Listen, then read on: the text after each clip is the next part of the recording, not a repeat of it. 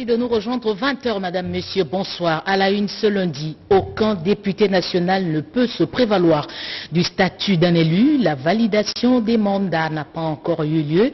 Aujourd'hui, à l'Assemblée nationale, les 26 commissions mises en place sont au travail. Contentieux électoraux, les arrêts seront rendus le 8 juillet prochain. Les audiences ont démarré aujourd'hui. La requête de Nsingui Pouloulou pourrait être déclarée irrecevable pour défaut de qualité. Celle de Colette Chomba recevable, mais pas fondée. La Cour constitutionnelle a démarré son travail. Le pasteur Bokundoa lance une alerte. Attention aux faux enseignements. Ce dernier alerte sur la manipulation de l'évangile à des fins inavouées. Le président de l'Église du Christ au Congo invite les chrétiens au discernement. Vous allez le suivre dans cette édition d'information. C'est tout pour le sommaire. Bonsoir et bienvenue à toutes et à tous. On commence par la sécurité sur la ville de Goma. Toutes les dispositions sont prises pour maintenir la sécurité. Le président de la République a réuni le Conseil supérieur de sécurité ce lundi autour de cette situation. Selon Jean-Pierre Bemba, vice-premier ministre, ministre de la Défense nationale, le Conseil a sollicité du commandant suprême la levée du moratoire sur la peine capitale pour des cas de traîtrise au sein des forces de défense et de sécurité. Patrick Michel Moukoui.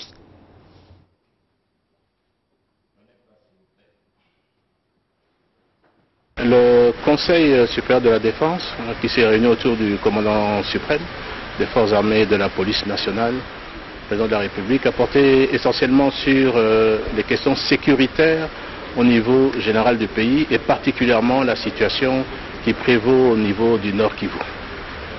Là-dessus, un tour d'horizon a eu lieu sur les questions spécifiques militaires et opérationnelles qui se déroulent sur le théâtre des opérations au niveau de l'ensemble du Nord Kivu. Sur ce, le Conseil supérieur de la Défense, après avoir entendu toutes les parties et tous les commandants qui sont autour de moi aujourd'hui, a pu d'abord lancer un message au niveau de la population que tout est mis en œuvre pour que la ville de Goma ne puisse pas tomber.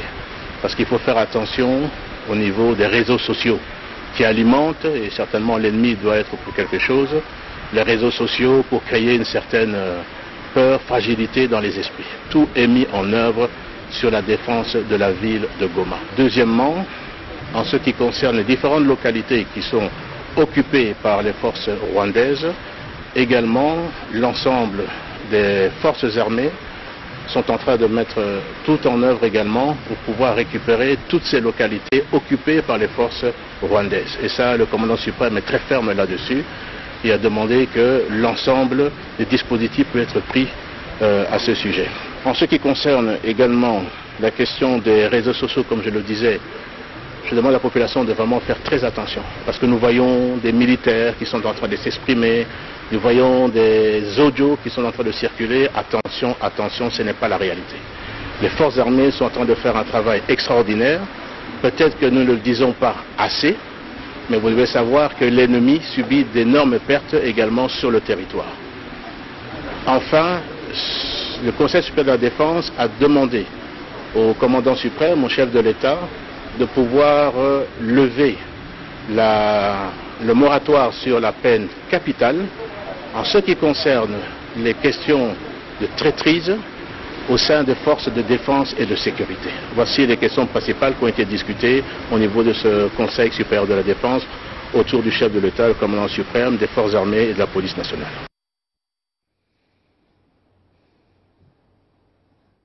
À la une encore ce soir, le débat autour des cumuls des fonctions ou incompatibilités précoces.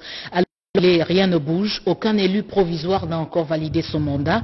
6 commissions sont mises en œuvre à l'Assemblée nationale et 4 sous-commissions sont à pied d'œuvre. Explication Sylvie Moembo, Dikitoko Aloma. Depuis leur mise en place le vendredi 2 février 2024 par la plénière, les 26 commissions spéciales correspondant aux 26 provinces de la République démocratique du Congo sont déjà à pied d'œuvre. Ces différentes commissions ont pour mission d'examiner minutieusement et valider les dossiers de chaque député proclamé provisoirement par la Commission électorale nationale indépendante. Pour faciliter le travail, nous nous sommes éclatés en 4 supports, étant entendu que Kinshasa est constitué de 4 circonscriptions. Alors, comme nous sommes au nombre de 32 élus du Sud Kivu, 8 vont constituer chaque sous-commission. Et nous avons déjà commencé le travail. Nous avons commencé par le premier dossier et nous allons poursuivre le travail jusqu'à l'épuisement de l'ordre du jour. On ne devient député, quoique encore de manière provisoire, que lorsque le mandat a été validé par l'ensemble des personnes qui ont été proclamées par la CENI. Et cette validation de mandat est le premier acte que le bureau provisoire doit devoir poser. Donc tant que vous n'êtes pas encore validé, donc vous ne pouvez pas encore vous prévaloir du statut des députés. Et je dois vous dire aujourd'hui que malheureusement, dans notre pays maintenant, donc du 29 janvier, depuis que l'ouverture a eu lieu, jusqu'à ce jour, on peut considérer que dans notre pays, il n'y a aucune personne qui n'a la qualité de député parce que tout le monde n'est pas encore validé. C'est donc très très important cette procédure de validation.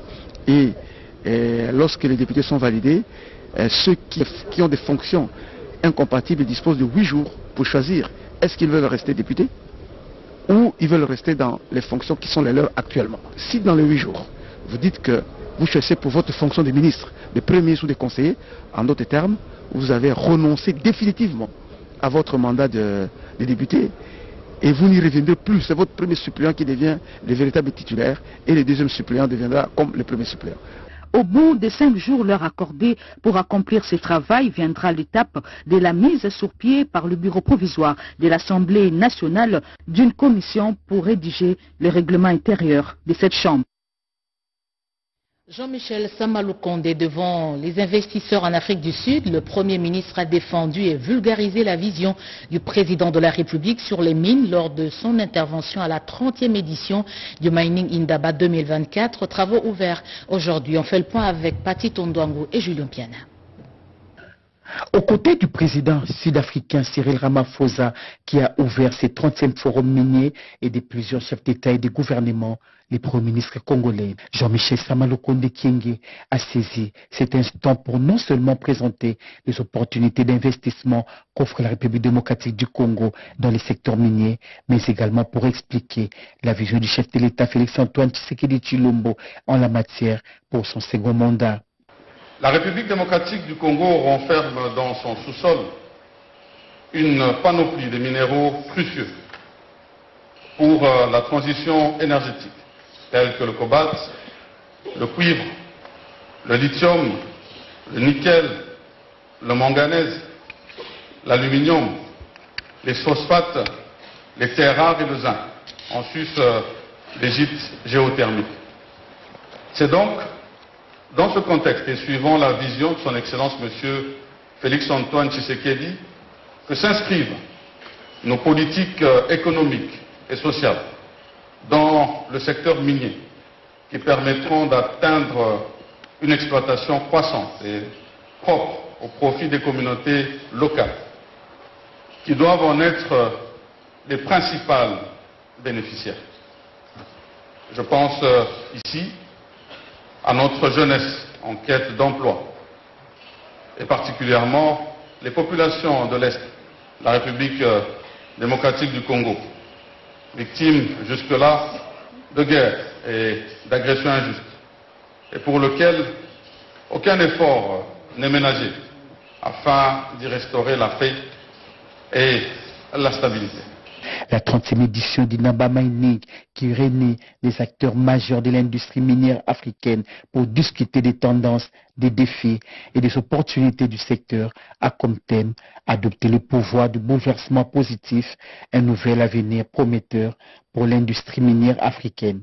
Que la qualité de nos échanges ici à Mining Indaba 2024 permettra de concrétiser des projets communs d'envergure qui seront profitables à l'ensemble du continent africain. Mutualisons désormais sans ménagement nos expertises, nos richesses et nos talents pour une Afrique plus forte, Selon les chefs de l'exécutif national, la République démocratique du Congo poursuit courageusement l'implantation et le développement de la chaîne de valeur des substances minérales avec un accent mis sur la transformation locale des produits miniers marchands afin de répondre aux problématiques de l'économie verte. Une formation en cascade pour renforcer les aptitudes pédagogiques et méthodologiques des experts électoraux. À leur tour, ils vont concevoir des formations assurées dans leurs entités respectives, des modules assurés par l'école de formation électorale en Afrique. Cette école est basée à Kinshasa. Floribert Kinanga Moussachi. Depuis 15 ans, l'EFEAC, l'école de formation électorale en Afrique centrale, a initié sous le leadership de feu M. l'abbé Apollinaire Moulungu Malumalu, en partenariat avec l'Italie, pour la formation d'experts électoraux pour renforcer les capacités de la CENI et de l'EFEAC en matière électorale. Du 5 au 7 février, 30 apprenants justifiant un master en domaine des élections ont été retenus par le centre Sant'Anna Scuola de l'université de Pise en Italie pour une formation de formateurs qui s'étendra en formation en cascade. À ce moment où la RDC est à son 4e cycle électoral, il est bien clair de comprendre et de conclure que la réussite de tout processus électoral passe par la maîtrise d'une très bonne formation. Cette formation a pour but de renforcer les compétences pédagogiques, didactiques et méthodologiques des participants pour leur permettre de contribuer à concevoir et à implémenter des cours de formation dans leurs institutions d'appartenance. Les participants sont constitués de personnes travaillant à l'EFEAC, à la CENI, au ministère congolais de l'Intérieur, Sécurité et Affaires coutumières, de l'enseignement supérieur et universitaire, ainsi que des organisations de la société civile. De la pension octroyée à la pension contributive, les retraités de la fonction publique vivent une amélioration du traitement et la couverture s'élargit sur l'ensemble du pays. Conclusion de l'évaluation du travail réalisé par la CNSAP en 2023. Nadine Futuka. La Caisse nationale de sécurité sociale des agents publics de l'État continue à braver ces défis immenses de la gestion. Elle se transforme ainsi en une véritable machine au sein des entreprises publiques. C'est ce qui ressort de la réunion d'évaluation de ces activités annuelles de l'année 2023 avec le vice-premier ministre, ministre de la fonction publique, Jean-Pierre Liao, les comités de gestion de la CNSAP ainsi que les experts de cette structure de l'État ont apprécié à sa juste valeur l'accroissement des chiffres quant aux activités annuelles sous examen, voire les indicateurs financiers. Du reste, une balance positive grande a été aussi la satisfaction du vice-premier ministre, ministre de la fonction publique et ses interlocuteurs sur l'avancement des opérations de contrôle des vies de retraités, le déploiement des agences en province et beaucoup d'autres secteurs d'appui au métier. Nous sommes venus recevoir les grandes orientations de la part du ministre de tutelle, le vice-premier ministre, concernant la marche de la caisse. La CNSAP est en pleine expansion et que nous avons besoin régulièrement d'obtenir des orientations de la tutelle pour marcher en symbiose avec le gouvernement de la République. Nous sommes sur ce calendrier-là, sur cet agenda. Et je crois qu'avec la rigueur que nous avons observé le DG et moi l'année passée, nous allons y arriver. Aux agents et fonctionnaires de la République, je leur demande de continuer à faire confiance à la CNSAP. Si hier ils avaient une pension octroyée, aujourd'hui, elle est contributive et donc bien meilleure que ce qu'ils avaient à l'époque. C'est à quoi le directeur général du CNSAP, Junior Mata, et le PCA, Christian Tungola, ont reçu les félicitations de la tutelle. 32 500 francs congolais, c'est le prix d'un sac de 25 kilos de farine de maïs produite par le grenier de la République. Je fais allusion à la réserve stratégique. L'opération de mise en vente a été lancée à Kinshasa. On fait le point avec Alain Bikaï. Les partenariats réserve stratégique générale de la République Ebele Group produit déjà ses effets. Après la signature de ce partenariat, il y a quelques jours, le coordonnateur général de ce service rattaché à la présidence de la République, Dadi Bidiafou, a procédé au lancement des ventes de farine de maïs traitées par les agents de ces greniers de la République. Selon Dadi Bidiafou, ce projet, en phase pilote à Kinshasa, se veut un cadre incubateur des coopératives agricoles et la lutte contre la pénurie des denrées de première nécessité.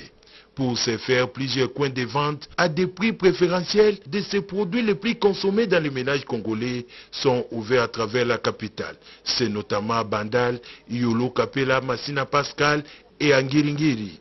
Ce partenariat entre phase expérimentale dans la ville de Kinshasa met à la disposition du public et à des prix préférentiels dans le cadre du projet renforcement des agriculteurs locaux. Et le prix pour un sac de 25 kg revient à 32 500 francs congolais. En revanche, ces prix assouplissent l'accès à ces produits de base et sa consommation y est vivement garantie et souhaitée. En attendant la réouverture des hommes de l'université de Kinshasa, les études sont en cours pour ouvrir les 26 autres points de vente à Kinshasa avant d'étendre cette opération dans d'autres coins du pays. Création d'emplois et diversification de l'économie, 20 zones économiques spéciales vont être créées à travers la République, affirmation du directeur général de la ZES, qui était interrogé par Betty Amanikunda et Patricia Ongu. L'Agence des zones économiques spéciales est plus que déterminée à concrétiser la vision du chef de l'État, Félix-Antoine Tshisekedi Tshilombo, celle de la création d'emplois et la diversification de l'économie. Pour ce, elle opte pour la création des ZES sur toute l'étendue de la République. Les affirmations du directeur général de l'AZES, Ogi Bolanda Minga, l'année 2023 a été marquée par le lancement de la production des carreaux et faïences. L'Agence des zones économiques spéciales compte par ailleurs installer les antennes provinciales de l'AZES à travers la République. Question d'assurer une bonne coordination des actions. Les zones économiques spéciales sont vraiment devenues opérationnelles. Comme la zone pilote a déjà démarré, que nous puissions aussi commencer dans d'autres provinces. Donc nous avons maintenant, avec le ministère de l'Industrie, le projet des zones de batterie, qu'en 2024 ici, que l'AZES puisse avoir un siège. Donner assez de ressources à l'AZES pour mener les études de privatisation des zones économiques spéciales et lancer les ZES dans les provinces. La présidente du conseil d'administration, Joséphine Mbombo, a reconnu les performances annuelles de l'AZES. Le deuxième quinquennat du chef de l'État lui-même l'a dit que cette année, c'est une année des actions. Et au cours de cette année, nous mettons de côté la production de carreaux et faïences. Je crois que d'ici le mois de mai, il y aura la production de Pepsi Cola. D'ici peu aussi, il y a des industries qui se sont implantées dans la zone économique de Maluku. Et il y aura des productions en production. Cette cérémonie a permis à l'ensemble de membres du conseil d'administration et les personnels de l'AZES de peaufiner des stratégies pour un lendemain meilleur de cette agence sous tutelle du ministère de l'Industrie. Production du premier lingot d'or, on y est presque, 25 ans après. La Sokimo compte relever ce défi, sujet évoqué au cours du dernier conseil d'administration. Christine Lenzo pour le compte-rendu. C'est après 25 ans que la RDC produira son premier lingot d'or, un défi que la Sokimo compte relever parmi tant d'autres pour une façon de rendre effectif les projets de la relance de cette société minière voulue par le chef de l'État Félix-Antoine Tshisekedi. Ces sujets, c'est parmi tant d'autres, examinés au cours de cette première réunion du conseil d'administration présidée par le PCA Christine Feza-Motema, avant de louer les efforts de l'ensemble de l'entreprise avec la reprise des activités industrielles et l'avancement de certains projets comme à Nizi, à Nitouri. Nous puissions atteindre ce noble objectif conformément aux vœux du chef de l'État qui a bien voulu placer sa confiance en chacun de nous. Prenant la parole à leur tour, les DG Pistis Bonongo Tokole et les doyens des administrateurs, Florent Lébé, ont émis le vœu de voir la Sokimo émerger davantage. Encouragement, étant le directeur général de la Sokimo, au nom de tout le personnel de la Sokimo, nous vous souhaitons le meilleur vœu pour cette année 2024. Ensemble, je crois que nous allons relever ces défis. Nous vous rassurons, et à vous, et au chef de l'État, Félix, Antoine Tshisekedi, de soutien de nous tous pour l'émergence de la Sokimo. Ce premier conseil d'administration, occasion pour Madame le PCA de souhaiter une excellente année 2024 à tous ses collaborateurs, tout en préférant la voie très productive en termes de réalisation au sein de cette société minière de Kilomoto. Autonomisation de la femme, une cinquantaine vient d'apprendre la coupe et couture. Formation sanctionnée par la remise des kits de démarrage, une action de la fondation Grâce à ma mère, Sandra Nianguitabu. Entrepreneuriat féminin, plus de 50 femmes ont suivi pendant 5 mois des formations en coupe et couture et esthétique, et ce, gratuitement, grâce à ma mère, qui prône l'autonomisation de la femme et de la jeune fille congolaise à travers le renforcement des capacités. Pour la 4e fois consécutive, la fondation qui dirige Madame Julie Sully n'a pas dérogé à sa mission, la promotion de l'entrepreneuriat des femmes. Comme nous le faisons toujours, c'est de les aider à devenir autonomes financièrement grâce à l'apprentissage d'un métier. Cette formation va leur permettre de développer leurs connaissances techniques dans le domaine de la coupe et couture et de l'esthétique afin de les pratiquer et créer une activité génératrice de revenus.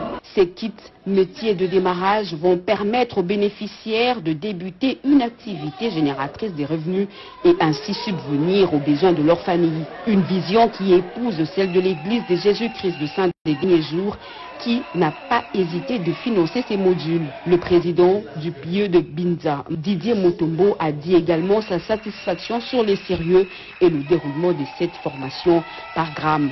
Un complément de $300 a été fait sur les meilleures lauréates de 3 filières. Question de renforcer leur fonds de démarrage, et ce geste porte la signature de Madame Espérance Belaou, présidente de la commission des femmes entrepreneurs.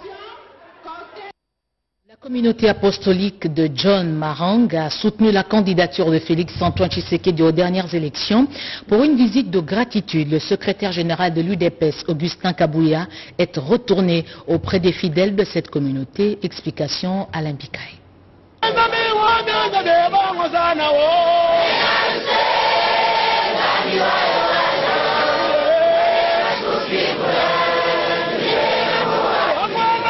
Malgré ses multiples occupations politiques ces derniers temps, le secrétaire général de l'UDPS, honorable Augustin Kabouya, trouve du temps pour honorer les hommes de Dieu sans distinction. C'est le cas avec les chefs spirituels de l'église apostolique de John Marang. En mission évangélique à Kinshasa, le chef du parti présidentiel s'est rendu au quartier Mikonga dans la commune de Lantélé pour échanger avec cet homme de Dieu. C'est en guise de reconnaissance qu'Augustin Kabouya est allé dire merci à l'apôtre de l'église apostolique pour ses prières en faveur du pays et du chef de l'État Félix-Antoine Tshisekedi, qu'il avait accepté de soutenir devant le trône divin pour qu'il soit réélu. Au nom des hautes autorités des référents du parti présidentiel, Félix-Antoine Tshisekedi, l'élu de Moamba, a de nouveau sollicité l'accompagnement de ces derniers pour la réussite du deuxième mandat du président de la République. Très content de l'acte posé par le secrétaire général de l'UDPS, le numéro 1 de l'église apostolique, et les fidèles de son église ont imploré la garde divine sur le pays, les chefs de l'État et le secrétaire général. Il faut retenir que lors du dernier passage du chef spirituel de cette église à Kinshasa,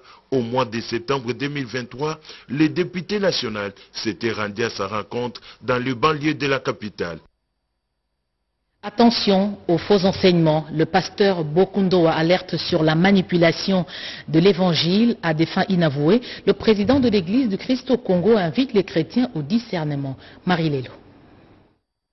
Liesse populaire, effervescence, joie parfaite en la communauté baptiste du fleuve Congo. C'est la visite du berger. Porteur de la bonne nouvelle de Jésus-Christ, le professeur André Gédéon Bokundoa Bolikabe, président de l'église du Christ au Congo et secrétaire général de la CBFC, a, dans une rhétorique exégétique soutenue, communiqué le thème de l'année pastorale en cours à la CBFC Gombe. Thème préconisant le kérigme, l'annonce de la parole de Dieu, la séquelle à Christ, la suite du Christ et la délivrance des enfants de de Dieu, dans la communion avec le Saint-Esprit au terme de l'exercice de piété. Le représentant légal de l'ECC et de la CBFC a réitéré son invitation aux protestants et à tous les chrétiens en général à l'orthodoxie en ce qui concerne la vraie doctrine. Les messages,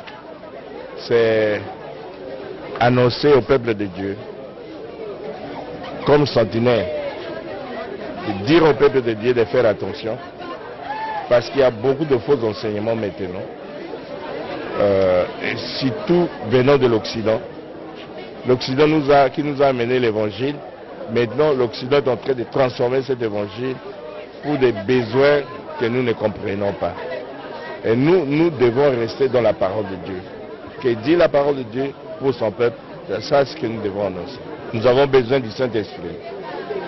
Lorsqu'on a le Saint-Esprit en soi, le Saint-Esprit nous montre les vrais et les faux. Nous devons faire cet effort-là, de chercher à ce que l'Esprit nous parle, au lieu que nos pensées puissent parler, que le Saint-Esprit nous parle pour voir qu'est-ce qui est vrai et ce qui est faux. Notons que l'idéal chrétien exige une vie simple et calquée sur le modèle du Christ. Contentieux électoraux, on en saura un peu plus le 8 février prochain. C'est à cette date que la Cour constitutionnelle va rendre les arrêts. La Haute Cour a été saisie pour 64 affaires. Des milliers de requêtes vont être examinées au cours des différentes audiences à la Cour constitutionnelle siégeant comme juge électoral du contentieux législatif. Pour ce lundi, 64 affaires ont été examinées et prises en délibéré.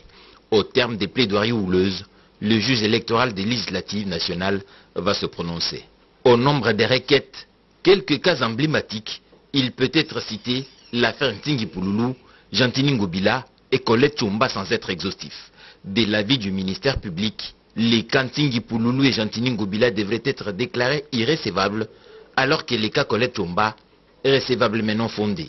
La composition promet le prononcer le 8 février prochain sur ces affaires qui attendent des libérations pour la confirmation des sièges à l'Assemblée nationale. Les arrêts attendus de cette Cour ne sont susceptibles d'aucun recours et sont directement exécutoires. À l'issue du contentieux, un arrêt sur la liste définitive des députés nationaux de la 4e législature sera rendu. Et la politique pour terminer, nous voulons faire la cohésion de tous, message lancé par la présidente des femmes guides nationales au sein du PALU, après la tenue du 3e congrès ayant élu Didier Mazenga comme secrétaire général de ce parti politique. La restitution des travaux a été faite auprès des femmes. Vital Pagapita. 5 jours après la tenue du 3e congrès extraordinaire du parti Lumumbiste unifié PALU, l'heure est à la restitution des résolutions aux femmes. Ceci dit, au cours de la matinée politique de ce lundi, le secrétaire permanent intérimaire Augustin Kienge est revenu sur les péripéties ayant conduit à la déchéance de Willy Makashi. Une déchéance qui sera suivie de l'élection par acclamation de Maître Didier Mazenga Mukanzu comme nouveau secrétaire général et chef du parti Lumumbiste unifié en remplacement de Willy Makashi. Le secrétaire permanent AI, Augustin Kienge, a été complété par la présidente des femmes guides nationalistes, Léontine Kitambala. La plupart des mamans n'étaient pas présentes. Nous les avons appelées pour les restituer, qu'elles puissent comprendre la cause. Et donc nous avons élu le nouveau chef qui s'appelle le secrétaire général et chef du parti, l'excellence Didier Mazenga. Nous avons besoin de tout le monde, nous voulons faire la cohésion du PALU. La matinée politique est consacrée à la restitution des résolutions du 3e congrès extraordinaire du parti Lumumbiste unifié s'est déroulée à la 4e rue Limité, siège du parti. Vous le savez, le peuple namibien est en deuil depuis hier. Le président de la République de ce pays a tiré sa révérence hier dimanche à Windhoek. Justement, le président de la République démocratique du Congo a fait un message de condoléances à ce peuple frère. Le président de la République salue la mémoire ainsi que le leadership de l'illustre disparu, fervent combattant pour la libération des peuples le peuple d'Afrique australe du joug de l'apartheid et grand artisan de la lutte pour l'indépendance. Le défunt laissera dans la mémoire du peuple africain et du peuple namibien le souvenir impérissable d'un leader déterminé à promouvoir l'essor économique et social de son pays tout en demeurant résolument engagé pour le rayonnement d'une Afrique digne, libre et développée. Enfin, le chef de l'État présente au nom du peuple congolais et au nom et aux siens propres ses condoléances les plus attristées à l'endroit de son Excellence Monsieur Nangolo Mbumba, président de la République de Namibie, la distinguée épouse et la famille biologique du défunt ainsi que du peuple namibien éprouvé. Ce message de condoléances est signé Guylaine Yembo, directeur du cabinet du président de la République. Fin de ce journal, madame, monsieur, merci de l'avoir suivi. Je rappelle la principale information, Goma est protégé, Goma ne tombera pas. Le chef de l'État a réuni aujourd'hui le Conseil supérieur de sécurité. Vous avez suivi dans le compte-rendu du vice-premier ministre de la Défense nationale, Jean-Pierre Bemba Gombo, qui a fait les résumés justement de cette rencontre. On a d'ailleurs sollicité au président de la République, le commandant suprême, la levée du moratoire sur la peine capitale pour des cas de traîtrise au sein des forces de défense et de sécurité. Restez avec nous, le programme continue, l'actualité revient à 23h avec Anita Luambois à la présentation. Je vous retrouve demain à 20h. Prenez soin de vous.